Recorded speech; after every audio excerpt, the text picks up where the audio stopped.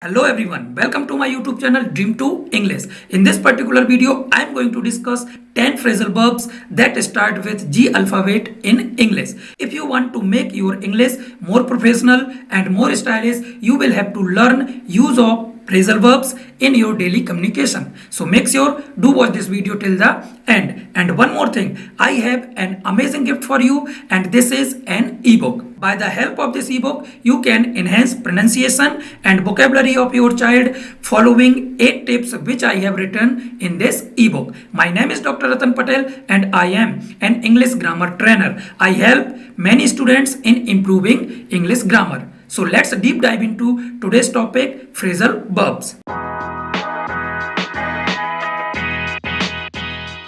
So here is a first one, and this is get about, get around.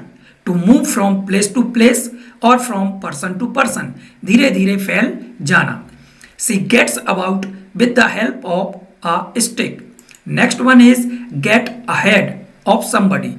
To make progress further than others have done. बढ़ना, प्रगति करना, अग्रसर होना. She wants to get ahead in her career.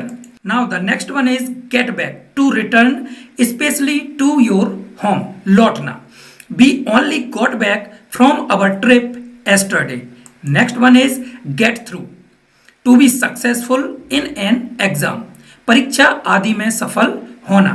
She got all her students through the exam. Next one, grow up. Of a person to develop into an adult, to develop gradually. परिपक्व होना, बड़ा होना, सयाना होना. Their children have all grown up and left home now. Next one is go down. To fall to the ground. Dumna. She tripped and went down with a bump. Next one, go back on. To fail to keep a promise. To change your mind about something. बाधा से मुकर जाना. He never goes back on his word. Next one is go off. To leave a place, especially in order to do something. To be fired. To explode. विस्फोट होना, बंदूक आदि छूटना.